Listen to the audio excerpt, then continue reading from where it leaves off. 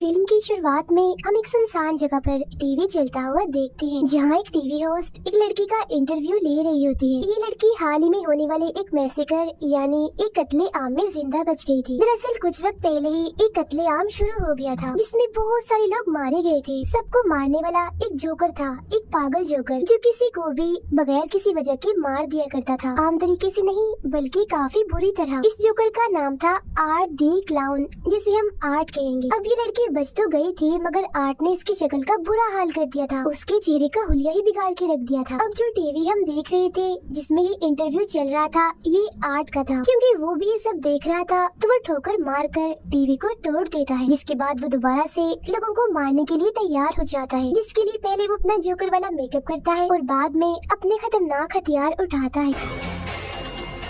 TV host interview के बाद अपने दोस्त से फोन पर बातें करने लगती है। वो बता रही थी कि जो लड़की आज आई थी वो बहुत ही बदसूरत थी। उसका ये कहना ही था, तभी उसे अपने पीछे हलचल होती हुई महसूस होती है। वो चेक करने जाती है, लेकिन वहाँ पर कोई नहीं था। फिर तभी अचानक से वो इंटरव्यू वाली लड़की आती है और उस होस्ट की आंखों में उंगलियां घुसा कर उसकी आंखें फोड़ देती है। फिर वो उसके चेहरे का यूलिया बिगाड़ कर उसे जान से मार डालती है। उसने ऐसा इसीलिए किया था क्योंकि उस जोकर यानी आर्ट ने जब से उस पर हमला किया था, तो वो बिल्कुल पागल हो गई थी। अब हम दो लड़कियों को देखते हैं जो एक दूसरे की काफी अच्छी दोस्त थी। इनमें एक लड़की का नाम तारा होता है। ये एक पार्टी से वापस लौट रही होती है और वो पार्टी थी हेलोवीन पार्टी। तो जाहिर है आज रात है हेलोवीन की रात। हेलोवीन दरअसल एक ऐसा त्योहार है जिसमें लोग अलग अलग तरह के कपड़े और मास्क लगा के फिरते हैं, और आर्ट भी हेलोवीन पर ही निकलता है एक के बाद एक शिकार करने के लिए। जब ये दोनों बातें कर रही थी, तो आर्ट भी इनके पास से गुजर रहा था, जिसकी नजर इन दोनों पर पड़ जाती है। उसे देख तारा की दोस्त उससे मजाक करने लगती है, मगर अगले ही पल वो गायब हो जाता है। वो अब एक पिज्जा की दुकान पर आती है, जहाँ आर्ट भी इनके पीछे पीछे आ जाता है। अंदर आते ही वो तारा को घूरने लगता है। ये चीज तारा को काफी अजीब लगती है, मगर उसकी दोस्त तो जाकर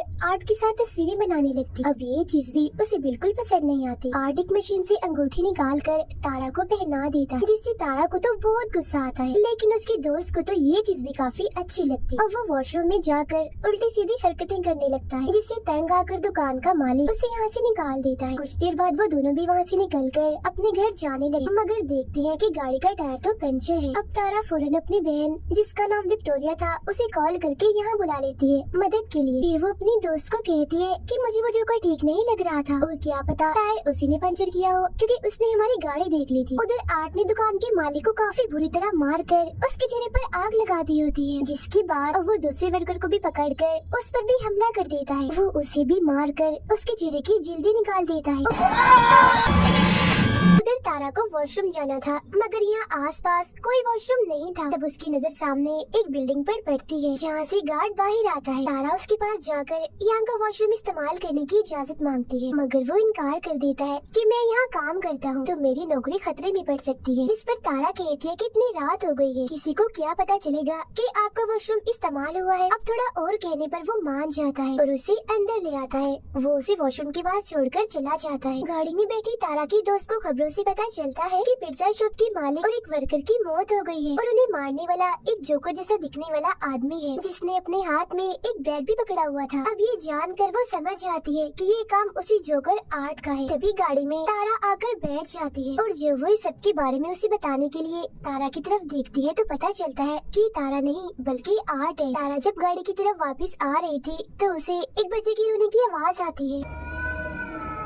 वो चेक करने जाती है, मगर वहाँ कोई भी नहीं था। तभी अचानक से पीछे एक औरत आ जाती है, जिसे अचानक देखकर तारा घबरा जाती है। औरत ने हाथ में एक गुड़िया पकड़ी हुई थी, जिसे वो अपने बेटे कह रही थी। दरअसल इसका ज़हनी तवाज़ुन ठीक नहीं था, ये पागल थी। अब तारा उसे बातों में उलझाकर आगे बढ़ती है, जहाँ एक बार फिर उसका सामना होता है आर्ट दी क्लाउन से, जिसके हाथों पर खून लगा हुआ था और वो एकदम शांत खड़ा था। मगर फिर अगले ही पल वो तारा को डरा देता है, तो वो यहाँ से भाग जाती है। भागते भागते वो एक गाड़ी के पीछे आकर छुप जाती है। आर्ट भी उसे ढूंढने के लिए यहाँ आता है, मगर जब वो नहीं मिलती तो वो चला जाता है। तारा को लगता है कि अब सब ठीक है, तो वो यहाँ से निकलने लगती है, मगर तभी पीछे से आर्ट उस पर हमला कर देता है और अपने औजार से उस पर कई बार वार करता है। फिर वो उसका गला घोटकर उसे मारने ही वाला था, मगर तभी तारा के हाथ एक नोकदार चीज लग जाती है, जिससे वो आर्ट पर हमला करके यहाँ से भाग जाती है। अब यहाँ का दरवाजा बंद था, जिसे वो नहीं खोल पाती, इसीलिए वो इधर ही छुप जाती है। तब आर्ट भी यहाँ आता है, तो वो कोई चीज फेंक कर उसके उसका ध्यान भटकाती है और दूसरी तरफ भेज देती है। अब वो दोबारा से निकलने की कोशिश करती है तो देखती है कि आर्ट ने तो यहाँ का मेन दरवाजा भी बंद कर दिया है। वो सीढ़ियों के जरिए ऊपर आती है तो सामने एक जगह पर वो गार्ड को खड़ा हुआ पाती है। वो उसे काफी आवाजें लगाती है मगर वो नहीं सुनता क्योंकि उस वक्त वो गाने सुनने में मगन होता है।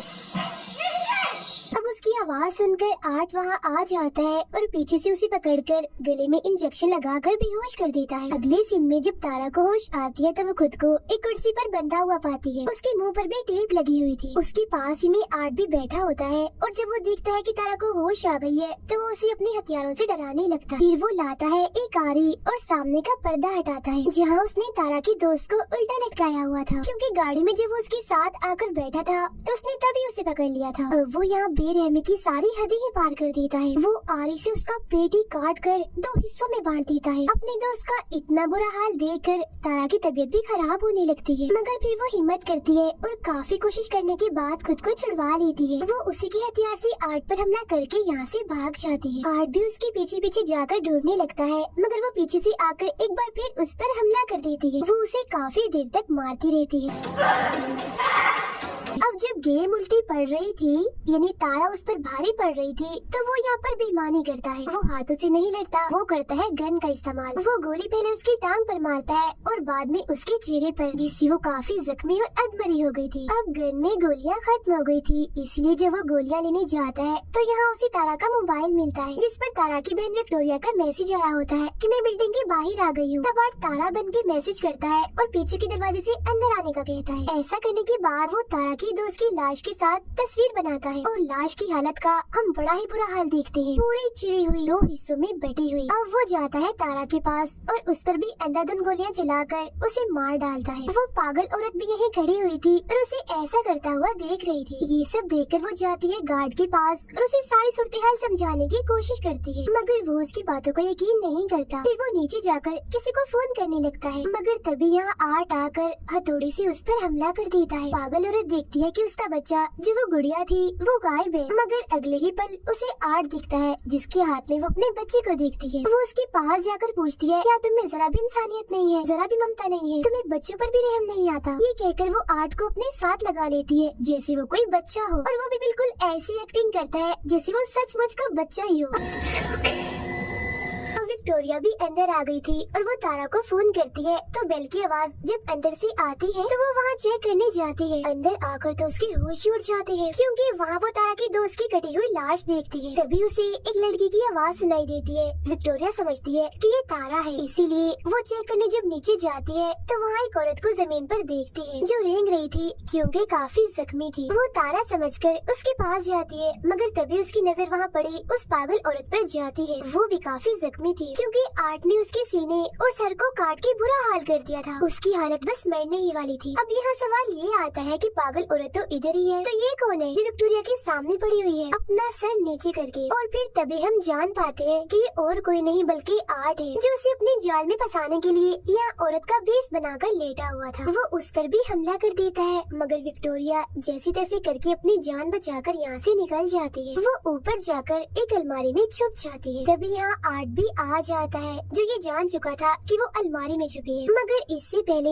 वो विक्टोरिया के साथ कुछ करता उसे हॉर्न की आवाज आती है जिसे चेक करने के लिए वो यहाँ से निकल जाता है। बाहर दरअसल आया था उस गार्ड का साथी जिसे अंदर आना था। वो कारपेट हटाता है तो वहाँ चाबी पड़ी हुई थी। तब दरवाजा खोलकर वो अंदर आ जाता है। वहाँ उसे खून के निशान दिखते हैं जो जाहिर है काफी अजीब था, मगर इससे पहले वो कुछ समझ पाता आर्ट पीछे से आकर एक नोकदार चीज से उसके सर पर वार कर देता है। फिर वो उसका गला काट कर धड़ से अलग कर देता है। विक्टोरिया यहाँ से निकलने की कोशिश करती है, मगर कोई भी फायदा नहीं होता। वो अपने सामने आर्ट को देखती है जो छोटे बच्चे की साइकिल चला रहा था, मगर अगले ही पल वो यहाँ से गायब हो जाता है और वो साइकिल वहीं पर गिर जाती है। वो उसे बचते हुए यहाँ से निकलने की कोशिश करती है, मगर पीछे से आर्ट आकर उस पर हमला कर देता है। वो शॉपर से उसका दम घोटकर मारने ही वाला था, मगर वो बच जाती है। फिर वो एक नोकदार चीज उठाकर आर्ट के पैर में मारती है और यहाँ से भाग जाती है। वो सीधा आती है अपनी बहन तारा के पास और उसका उसका इतना बुरा हाल देखकर टूट जाती है और रोने लगती है। वो अभी उधर बैठी ही थी कि तभी यहाँ आर्ट आकर उस पर हमला कर देता है। बार बार वार करके वो उसे काफी मारता है, मगर तभी पीछे से गार्ड आकर आर्ट को मारकर बेहोश कर देता है। जी हाँ, गार्ड, क्योंकि वो अभी जिंदा था। वो विक्टोरिया को लेकर एक कमरे में आता है और पुलिस को इस बारे में बताने लगता है। इस बीच वो देखता है कि विक्टोरिया की हालत काफी खराब है। वो उसे अब इमरजेंसी कमरे की तरफ ले जाने लगता है। तभी यहाँ आर्ट एक बार फिर से आकर गार्ड पर हमला कर देता है। वो पहले सिलेंडर से उसे मारता है और बाद में अपने पैर से उसका चेहरा ही कुचल देता है। अब घबराहट के आलम में विक्टोरिया एक लोहे की पाइप से ताला तोड़ने की कोशिश करती है जो आर्ट ने यहाँ पर लगाए थे। ताला टूट तो जाता है मगर इसका कोई फायदा नहीं था, क्योंकि आर्ट उसके काफी करीब आ गया था और फौरन ही उसे पकड़कर मारने लगता है। मगर तभी विक्टोरिया उसकी आंख में एक चीज घुसाकर यहाँ से भाग जाती है। वो भागकर एक गैराज में आती है मगर आर्ट इधर भी पहुँच जाता है, लेकिन क्योंकि यहाँ ताला लगा हुआ था इसीलिए वो अंदर नहीं आ पाता। अब इतनी ही देर में पुलिस भी यहाँ पहुँच चुकी थी, लेकिन इससे पहले विक्टोरिया पुलिस के पास जाती आर्ट गाड़ी से गैराज का दरवाजा तोड़कर अंदर घुस आता है। अब क्योंकि वो गाड़ी से टकरा गई थी इसीलिए बेहोश होकर नीचे गिर जाती है। फिर जब तक पुलिस यहाँ आती है तो तब आर्ट विक्टोरिया का चेहरा नोच नोच कर खा रहा था। अब पुलिस आर्ट को सरेंडर यानी हथियार डालने का बोलती है, मगर वो अपने मुँह में गन रखकर खुद को ही गोली मार लेता है। अब पुलिस को पता चलता है कि विक्टोरिया मरी नहीं है बल्कि अभी वो जिंदा है, बस काफी जख्मी है। इसके बाद सबकी लाशों को हॉस्पिटल ले जाया जाता है और जब डॉक्टर आर्ट की लाश को देखता है तो उसे काफी अजीब लग रहा था, क्योंकि मरने के बाद भी वो मुस्कुरा रहा था। तभी यहाँ बिजली खराब होने लगती है और आर्ट उठ जाता है, उस डॉक्टर को गले से पकड़ लेता है क्योंकि वो मरा नहीं था बल्कि जिंदा था। इसका मतलब यही था कि अब वो लोगों को मारने का सिलसिला अब इस हॉस्पिटल से करेगा। अब कुछ वक्त गुजरता है और हम विक्टोरिया को देखते हैं जो आखिरकार आर्ट का शिकार होने से बच गई। फिर उसे इंटरव्यू के लिए भी जाना है और उन्हीं बाद हम उसका चेहरा देखते हैं जो काफी भयानक दिख रहा था, जो बिल्कुल वैसा दिख रहा था जैसा इंटरव्यू वाली लड़की का था। अब यहाँ ये राज खुलता है कि विक्टोरिया ही असल में वो लड़की है जो शुरुआत में इंटरव्यू दे रही थी, जिसके बारे में कहा था कि एक मैसे घर में बची है और एक जोकर ने ही सभी को मारा था। अब यहाँ सवाल ये उठता है कि आर्ट ने अपने सर पर गोली मारी थी मगर वो नहीं मरा, आखिर क्यों? क्योंकि दरअसल अभी तक जितने भी लोगों ने उसे मारने की कोशिश की उन सबको ही मौत के घाट उतरना पड़ा। अब यहाँ ये चीज क्लियर नहीं हुई कि क्या उसे मारा जा सकता है या नहीं। हो सकता है कि उसे मारा जा भी सकता हो। तो अब ये जानने के लिए हम आगे बढ़ते, जहाँ हम आर्ट को उसी हॉस्पिटल में देखते हैं जब उसने डॉक्टर को पकड़ लिया था। वो डॉक्टर को मारकर काफी जख्मी कर देता है और लगातार उसके पीछे पड़ा हुआ था। डॉक्टर खून में लथपथ था और वो रेंगता हुआ बाहर आता है और पुलिस को कॉल कर देता है, मगर उस बेचारे की तो आवाज ही नहीं निकलती क्योंकि आर्ट ने उसके गले पर वार किया था। उसे और दर्द देने के लिए वो उसकी आंख निकाल कर पहले उसके साथ खेलता है और बाद में उसे अपनी फूटी हुई आंख की जगह लगा लेता है। अब वो उसे और मारता है और आखिरकार उसका सर ही चीर कर उसे बड़ी भयानक मौत देता है। अब वो जाता है एक लॉन्ड्री में जहाँ एक आदमी सो रहा था। वो अपने कपड़े धोने के लिए मशीन में डालता है और फिर तभी यहाँ वो एक अजीब सी बच्ची को देखता है जो बिल्कुल उसकी तरह ही पागल और हद से ज्यादा अजीब थी। बिल्कुल आर्ट जैसी हरकतें कर रही थी और तो उसने अपना मेकअप भी आर्ट जैसा ही किया हुआ था। दोनों एक दूसरे को देखकर काफी खुश हो जाते हैं और साथ में खेलने लगते हैं। तभी वो आदमी जाग जाता है और देखता है कि आर्ट अकेला ही तालियां बजा रहा है, मतलब कि वो बच्ची सिर्फ आर्ट को ही दिखाई दे रही। अब आर्ट अपने कपड़े पहनकर यहाँ से जाने लगता है जहाँ उसने उस आदमी को भी मार दिया होता है, उसके सर में चाकू घुसाकर। इसके बाद हमें दिखाई जाती है एक लड़की जिसका नाम सियाना है। वो अपने लिए एक खास किस्म का परियों वाला सूट बना रही थी क्योंकि कल ही है हेलोवीन। अब सियाना अपने मोम और भाई के साथ खाना खा रही थी जहाँ उसका भाई कहता है कि मैं कल हेलोवीन में आर्ट जैसे कपड़े पहनूंगा, जिस पर सियाना और उसकी मोम मना कर देती है कि नहीं, आर्ट अच्छा जोकर नहीं है। उसने पिछले साल 9 से 10 लोगों की जान ली थी बड़ी बेरहमी से। खाना खाने के बाद सियाना अपने मोम से अपने भाई के बारे में बात कर रही होती है कि वो काफी अजीब होता जा रहा है। He was looking up serial killers. साथ ही इनकी बातों से हमें पता चलता है कि सियाना के डैड अब नहीं रहे। सियाना का भाई इंटरनेट पर आर्ट के बारे में सर्च कर रहा था और जितने लोगों को उसने मारा था वो सबके बारे में बड़े गौर से पढ़ रहा था। इसके बाद वो अपनी बहन सियाना के पास आता है और पूछता है कि क्या वो जोकर आर्ट अभी होगा, क्योंकि उसकी लाश नहीं मिली थी। जिस पर वो कहती है आर्ट मर चुका है और अगर ना भी मरा हुआ तो कम से कम वो यहाँ नहीं आएगा। इसके बाद सियाना एक टीवी शो देखते देखते सो जाती है, जहाँ वो जैसे सपना देखती है तो फौरन ही वो उस टीवी शो में पहुँच जाती है। इधर वो भी किसी बच्चे की तरह ही बनी हुई थी और उसके साथ वाले सारे बच्चे काफी एंजॉय कर रहे थे। यहाँ एक बच्चा आर्ट क्रिस्पीज नाम की एक चीज खा रहा था, जो कोई खाने के लायक चीज नहीं थी, बल्कि उसमें डाले हुए थे टूटे कांच के टुकड़े, प्लेट्स और कीड़े मकोड़े। फौरन ही वहाँ पर आ जाता है आर्ट दी क्लाउन और सबको गिफ्ट देने लगता है, लेकिन वो सियाना को बड़ी ही गंदी चीज देता है, एक बर्तन जिसमें धड़कते हुए दिल के साथ कुछ सांप और गोश्त था, जिसे देखकर उसे काफी बुरा लगता है। फिर वो अपने बैग से बंदूक निकाल कर अंधाधुंध गोलियां चलाकर सभी बच्चों को मार देता है।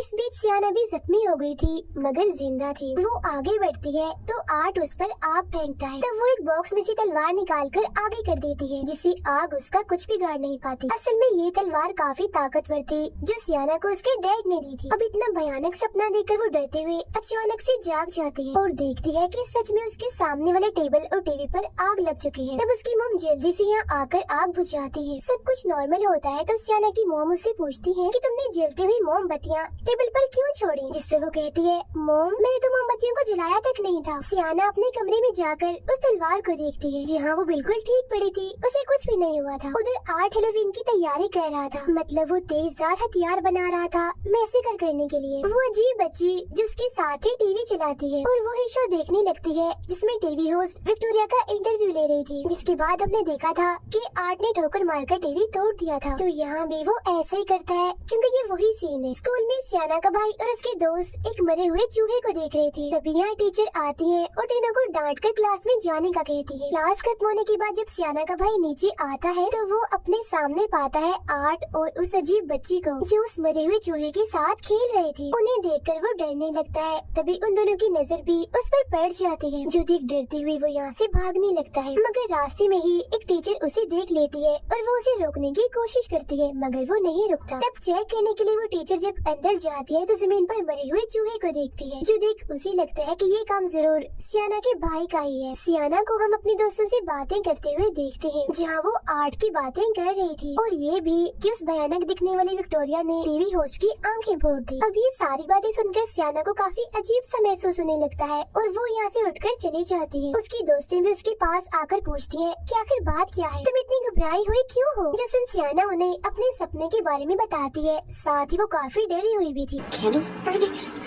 अगले दिन वो अपने दोस्त के साथ हेलोवीन की शॉपिंग करने चली जाती है। उसके दोस्त को कॉल आ जाती है, जो सुनने वो बाहर चली गई थी। तब बदकिस्मती से वहाँ आ जाता है आर्ट दी क्लाउन। तब सियाना उससे बचते हुए ऊपर चली जाती है और कुछ खरीदने की एक्टिंग करने लगती है, लेकिन मुसीबत वो अपना बैग तो नीचे ही भूल गई थी जिसमें पैसे रखे थे। तब पलक झपकते ही आर्ट उसका बैग लेकर आता है तो वो पैसे देती है, लेकिन यहाँ आर्ट उसे परेशान करने का तंग करने का कोई मौका नहीं छोड़ता। मगर सियाना अभी भी इस सोच में है कि ये सच में आर्ट ही है या कोई उसके साथ मजाक कर रहा है। पर इसके बाद वो यहाँ से चली जाती है। उसके जाते ही आर्ट दुकान बंद कर देता है, मतलब वो टैग जिस पर दुकान खुली लिखा था वो उसे पलटकर बंद की तरफ कर देता है। इसके बाद वो अपने लिए एक छोटा सा बाजा खरीदता है, मगर पैसे देने की बजाय वो अपने हथियार बाहर निकालने लगता है, जो देख दुकानदार को गुस्सा आ जाता है और वो आर्ट को बातें सुनाने लगता है। तब उसका मुंह बंद करने के लिए आर्ट पहले उसके सर पर बोतल से मारता है और बाद में उसकी आँख में एक मोटी चीज घुसा देता है। इस सबसे भी जब उसका दिल नहीं बढ़ता तो पहले वो बड़ी सी चाकू से उसके सर पर वार करता है और बाद में उसके गले पर मारकर जिस्म से ही अलग कर देता है। सियाना जब घर आती है तो उसका भाई उसे आर्ट के बारे में बताता है कि आज मैंने उसे अपने स्कूल में देखा। वो सियाना को अपने डैड की एक किताब दिखाता है जिसमें उस बच्ची की खबर छिपी हुई थी कि 10 साल पहले ही उसकी मौत हो गई थी। उसमें आर्ट के ड्राइंग के अलावा उन सब की भी थी जो उस मैसेकर में मारे गए थे, और इन सब के अलावा एक लड़की की भी ड्राइंग थी जिसने परियों जैसे कपड़े पहने हुए थे और हाथ में आर्ट का सर पकड़ा हुआ था। उसका भाई सियाना को कहता है कि यही वो लड़की है जो आर्ट को मारेगी और मुझे यकीन है कि ये और कोई नहीं बल्कि आप ही हो। मगर सियाना उसकी बातों को यकीन नहीं करती। सियाना की दोस्त जो अपने घर से बाहर आती है तो अपने घर के सामने एक वैन खड़ी हुई देखती है जिसमें वही अजीब बच्ची बैठी हुई थी। उसे अजीब लगता है, इसीलिए वो दोबारा से अंदर आ जाती है। कुछ देर बाद आर्ट दरवाजे पर दस्तक देता है और सियाना की दोस्त के बाहर आने पर उसे कहता है कि हेलोवीन की खुशी में मुझे कुछ खाने को दो। वो कहती है कि खाने की चीजें सिर्फ बच्चों के लिए होती है, बड़ों को कुछ नहीं मिलता। ये कहकर वो दरवाजा बंद कर देती है। मगर जब दोबारा आर्ट दरवाजे पर दस्तक देता है तो तंग आकर वो उसे खाने की चीजें दे देती है। अब तभी उसकी नजर आर्ट के बैग में जाती है जिसमें कुछ हथियार और औजार थे जिन पर खून लगा हुआ था। उधर सियाना भी हेलोवीन पार्टी के लिए तैयार होने लगती है। अब जब सियाना की दोस्त अकेली थी तो उसे नीचे से कुछ आवाजें सुनाई देती है। वो चेक करने जब नीचे आती है तो देखती है कि शीशे का दरवाजा टूटा हुआ है क्योंकि घर में आर्ट घुस आया था और वो यहाँ ऐसे घूम रहा था जैसे घर उसका ही हो। अब जब उसकी नजर सियाना के दोस्त पर पड़ती है तो वो उसके पीछे पड़ जाता है। वो बचने के लिए अपने कमरे में आती है लेकिन आर्ट आखिरकार उसे पकड़ ही लेता है। पहले वो उसके चेहरे पर कट मारता है जिससे उसकी आंख भी कट जाती है, जिसके बाद वो उसके सर की जिल्द काट कर बालों वाले हिस्से को ही अलग कर देता है। अब बेरहमी उसकी हद से बढ़ जाती है क्योंकि वो चाकू से उसके पेट को काफी गहरा काट देता है। वो फिर उसकी बाजू ही उसके जिस्म से अलग कर देता है। अभी भी उसका दिल नहीं भरता तो वो अपने हाथों से उसके चेहरे की स्किन नोच नोच कर अलग कर देता है। वो उसका बहुत बुरा हाल कर देता है, काफी खून बह रहा था उसका। कुछ वक्त के बाद जब उसकी मॉम घर आती है तो वो ऊपर आकर बड़ा ही भयानक नजारा देखती है कि पूरा कमरा खून से भरा पड़ा है और वो खून है उनकी बेटी का, जहाँ अब आर्ट उसके बचे हुए जिस्म की चीर फाड़ कर रहा था। उसका बहुत ही बुरा हाल था मगर हैरत कि वो अभी भी जिंदा थी। इसके बाद वो उसकी मॉम को भी काफी बुरी तरह से मार देता है। फिर जब बच्चे हेलोवीन की चीज लेने आते हैं तो वो बच्चों को उस लड़की की मॉम के सर में कैंडीज रख कर देता है। बच्चे कुछ भी समझ नहीं पाते, उन्हें ये नकली सर लगता है और वो यहाँ से चले जाते हैं। उधर हेलोवीन पार्टी में सियाना को अपने दोस्त की फिक्र हो रही थी क्योंकि अभी तक वो पार्टी में नहीं आई थी, जबकि उसके बाकी दोस्त पार्टी में आ गए थे और अब वो डांस करने लगते हैं और काफी मजे कर रहे थे। सियाना के भाई को हम उसके कमरे में देखते हैं क्योंकि उसकी मॉम ने उसे पार्टी में जाने नहीं दिया था। आर्ट के बारे में बताने के लिए वो अपनी मॉम को अपने डैड की वही किताब दिखाता है जिसे उसकी मॉम फाड़ देती है। वो अपनी मॉम से बदतमीजी करता है तो वो उसे थप्पड़ लगा देती है तो वो गुस्सा होकर अपने घर से निकल जाता है। जब उसकी मॉम बाहर आती है तो देखती है कि उनके बेटे ने सब कुछ खराब कर दिया है, यहाँ तक कि गाड़ी भी गंदी कर दी थी और उस पर अपनी माँ के लिए गाली लिख दी थी, जो देख उसकी मॉम को काफी बुरा लगता है। सियाना के भाई को वो इवेंट दिखती है जिसमें वो उसी अजीब सी बच्ची को बैठा हुआ पाता है। ये देखकर तो उसकी हालत ही खराब हो जाती है और वो फौरन ही अपने घर की तरफ भाग जाता है। अब सियाना की मॉम गाड़ी साफ करने लगती है इस बात से अनजान होकर कि इसमें आर्ट बैठा हुआ है, जिसका साफ मतलब था कि गाड़ी का ऐसा हाल और किसी ने नहीं बल्कि आर्ट ने किया है। फिर जैसे वो शीशा साफ करती है अंदर आर्ट को बैठा हुआ देख लेती है, मगर कुछ सोचने समझने का मौका दिए बगैर वो उनके सर पर गोली मारकर हट से ही अलग कर देता है। जब सियाना का भाई घर आता है तो देखता है कि आर्ट ने उसकी मॉम की बड़ी बुरी हालत कर दी है, उनके चेहरे का हुलिया ही बिगाड़ दिया है। जिसके बाद आर्ट सियाना के भाई को भी पकड़कर बेहोश कर देता है और अपने साथ ले जाता है। पार्टी में डांस करते करते सियाना को वही अजीब बच्ची दिखती है जो उसे ही घूर रही थी, जो देख उसकी हालत खराब हो जाती है। वो काफी डर गई थी, इस वजह से सियाना के साथ साथ उसके दोस्तों को भी पार्टी छोड़कर यहाँ से जाना पड़ता है। सब नॉर्मल होने के बाद जब सियाना गाड़ी में बैठी थी तो उसके पास उसके भाई की कॉल आती है जो कहता है कि मैं एक पार्क में हूँ, मुझे तुम्हारी मदद चाहिए, तुम जल्दी से आ जाओ इधर। ये असल में और कोई नहीं बल्कि वही अजीब बच्ची थी क्योंकि सियाना का भाई तो बेहोश था और वो आर्ट के साथ ही थी। वो तो बस आवाज बदलकर सियाना से बात कर रही थी। कुछ वक्त के बाद वो लोग उस पार्क के पास पहुंच जाते हैं जहाँ सियाना अपने भाई को ढूंढने के लिए अंदर जाती है। तभी उसे अपने भाई का मैसेज आता है कि मैं टेलीफायर में फंस चुका हूँ, यानी एक भूत बंगले में। तब उसे ढूंढने के लिए सियाना अंदर जाती है। गाड़ी में सियाना का दोस्त किसी वजह से बाहर आता है मगर तभी आर्ट उसे चाकू घुसाकर मार देता है। फिर वो उसके दोस्त को भी पकड़कर अपने साथ ले जाने लगता है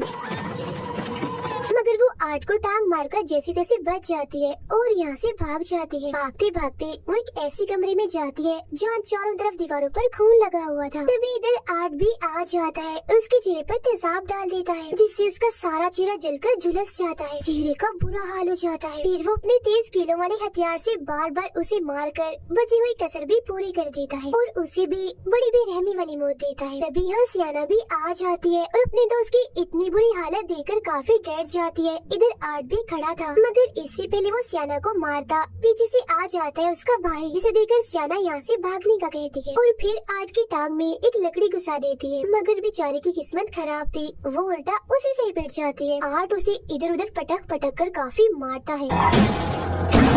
सियाना का भाई जब यहाँ से भाग रहा होता है तो तभी आर्ट उसे पकड़ लेता है और बुरी तरह उस पर वार करने लगता है। फौरन ही इधर सियाना आती है और कई बार आर्ट को मारकर उसे जख्मी कर देती है और अपने भाई को लेकर यहाँ से भाग जाती है। लेकिन आर्ट उनका पीछा करते करते यहाँ भी आ जाता है। वो एक बार फिर सियाना के भाई को कैंची वाली तलवार से पीटने लगता है। सियाना उसे बचाने की कोशिश तो करती है मगर खुद भी काफी पिट जाती है। उसके जिस्म के अलग अलग हिस्सों पर कट लग जाते हैं जिससे जाहिर है उसे काफी तकलीफ होती है, मगर किसी तरह दर्द बर्दाश्त करके वो आर्ट से उसका हथियार छीन लेती है। जी हाँ, अब बाजी पलट जाती है क्योंकि अब वो आर्ट को बुरी तरह मार रही थी। वो उसके सर में एक पाइप घुसाकर बुरा हाल कर देती है, लेकिन अगले ही पल वो उठता है और सियाना को पकड़ लेता है। वो उसे मारने ही वाला था मगर सियाना का भाई उसकी गन निकालकर आर्ट को ही गोली मार देता है। तभी यहाँ वो बच्ची सियाना की मोम के रूप में आती है और उसकी आंखें बंद करके ये दिखाती है कि तुम्हारी मोम भी मारी गई है। जो देख सियाना की बची हुई हिम्मत भी खत्म होने लगती है। फिर वो देखती है कि उसका भाई यहाँ नहीं है। फिर वो अपने भाई को ढूंढती है तो पता चलता है कि आर्ट उसे एक अलग ही जगह पर ले आया। अब जैसे ही सियाना आर्ट के पास आती है तो वो उसे धक्का देकर नीचे बेसमेंट जैसी जगह पर गिरा देता है, लेकिन वो मरती नहीं, बच जाती है। तभी उसे नीचे एक जगह से कोई आवाज़ें लगाने लगता है। इतनी ही देर में आर्ट उसके बहुत ही पास आके खड़ा हो जाता है और उसी जादुई तलवार से जो उसके डैड ने उसे दी थी सियाना को मारकर नीचे गिरा देता है। अब की बार सियाना एक शो में आके गिरी थी मगर वो एक शीशे के बॉक्स में बंद थी जिसमें पानी भरा हुआ था। वो यहाँ से निकलने की काफी कोशिश करती है मगर नहीं निकल पाती और मर जाती है। उधर आर्ट सियाना के भाई को खाने लगता है मगर जैसे उसका भाई चिल्लाता है तो उस तलवार में एक जादुई रोशनी जलती है जिससे सियाना भी वापस से जिंदा हो जाती है। जिसके बाद वो गुस्से में भरी उस बॉक्स से बाहर आकर अपने डैड की तलवार से आर्ट पर हमला कर देती है और उसका सर ही दर्द से अलग कर देती है। और अब आखिरकार जाकर उस पागल जोकर आर्ट की मौत हो जाती है जिससे वो दोनों भी खुश हो जाते हैं और सुकून की सांस लेते हैं। मगर तभी इधर वो अजीब सी बच्ची आती है और आर्ट का सर उठाकर ले जाती है। इसके बाद हम एक हॉस्पिटल का सीन देखते हैं जहाँ विक्टोरिया, जिसका चेहरा काफी भयानक था, वो एक जगह पर बैठी होती है। कुछ वक्त के बाद वो आर्ट की सर को पैदा करती है बच्चे की तरह और उसे चाटने लगती है। आवाजें सुनकर नर्स जब वहाँ आती है तो वो डर जाती है ये देखकर कि उसकी गोद में आर्ट का सर है। साथ ही विक्टोरिया इधर काफी डरावना हंसने लगती है जैसे अब आर्ट की आत्मा उसमें आ गई हो। इसी के साथ ही इस फिल्म के दोनों पार्ट्स यहीं पर ही खत्म हो जाते हैं।